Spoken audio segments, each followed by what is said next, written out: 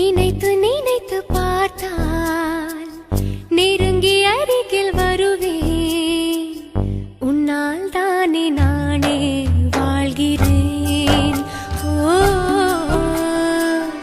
உன்னில் என்று என்னை பார்க்கிறேன். எடுத்து படித்து முடிக்கும் முன்னே எரியும் கடிதம் உனக்கு தந்தேன்.